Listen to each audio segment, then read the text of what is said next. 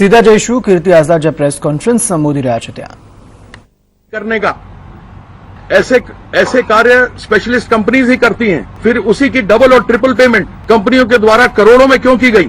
ये वीके अग्रवाल कौन है जिनको 9 करोड़ रुपए दिए गए? नेचर ऑफ वर्क क्या था? Kosnik build cast, Kosnik fab, Pacon India, Katheria electricals, इन सबों को मिला के 25 से 30 करोड़ रुपया दिया गया है। उसी काम के लिए बार बार पेमेंट की गई है। तो मेरे पास ये कागज हैं, चले मेरे साथ, मुझे इनकी जगह दिखा दे कि कहां पर इनकी ऑफिस है, क्या इन्होंने बैलेंस शीट साइन किए हैं, क्या इनकी औकात थी कि ये काम कर सकते हैं? 1.5 लाख की कंपनी हो, करोड़ों रुपए दे दिए जाएं, जिस कंपनी ने इनकॉर्पोरेट ही 2 महीने पहले हुआ हो उसको आप 2 महीने बाद पैसे दे दें, ये क्या है? ये फ्रॉड नहीं है तो और क्या है? और मैं सीबीआई से जानना चाहता हूं कि आपके लिए मैंने काम आसान कर दिया है, मैंने सारी इन्वेस्टिगेशन खुद कर ली है। आप आइए, यदि मुझे आपसे कुछ सीखना होगा तो मैं आपसे सीखूंगा, आपको मुझसे सीखना होगा तो आप मुझसे कुछ सीखिए। रेड आप मारते हैं, फर्स्ट टाइम में यहाँ 4-4 नोटिस दे रहे हैं। यह खेलों में हो रहे भ्रष्टाचार को छुपाने का प्रयास हो रहा है। मैं खेलों में भ्रष्टाचार के विरुद्ध लड़ता रहा हूँ और लड़ता रहूंगा।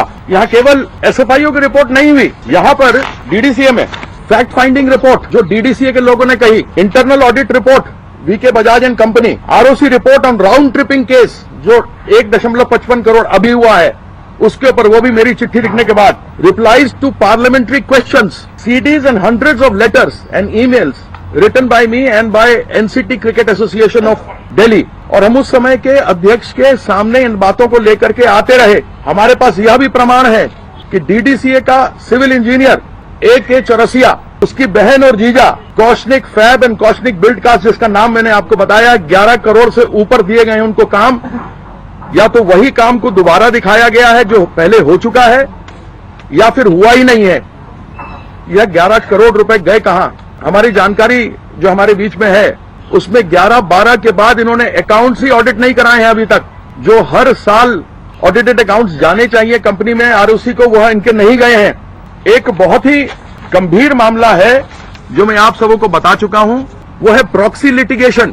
प्रॉक्सी लिटिगेशन होता है, एक तो लिटिगेशन होता है कि मैं किसी के खिलाफ में लड़ रहा हूं, डेफेमेशन किया है या सिविल सूट है या कोई जमीन की लड़ाई है या कुछ, और आपस में एक दूसरे से लड़ रहे हैं। प्रॉक्सी लिटिगेशन होता है एक की लड़ाई 20 है और उन दोनों की लड़ाई को फंड मैं कर रहा हूं कंपनी की तरफ से ऑफिशियली। यह एक बहुत ही गंभीर और घोर अपराध है। हमारे एनसीटी क्रिकेट एसोसिएशन के सदस्यों के विरुद्ध थर्ड पार्टी से केस करवाकर डीडीसीए उनके ऊपर पैसे देते रही है, उसके भी हर रोज के बिल हमारे पास में पड़े हुए हैं, वह भी समय आने पर उजागर करूंगा। मेरे पास ऐसी बहुत सारी चीजें हैं जो उस समय के अध्यक्ष के सामने मैं लाता रहा, लेकिन उसका कोई सुना नहीं किसी ने। मैं चुनौती देता हूं आज इस प्रेस कॉन्फ्रेंस के माध्यम से कि चलिए मेरे साथ उन कंपनियों के जिनका मैंने नाम लिया है, पहले तो ये बताइए कि उनका काम क्या किया है, कहां पर किया है। दूसरा ये कि उनका अता पता मुझे आप बता दें। तो किसी को भी बोलने से पहले याद रखना चाहिए कि तथ्यों के साथ बोलना उचित होता है, पार्लियामेंट की अवमानना नहीं करनी चाहिए। नियमावली हमारे पास में है, हमने आपको उसमें से बता भी दिया,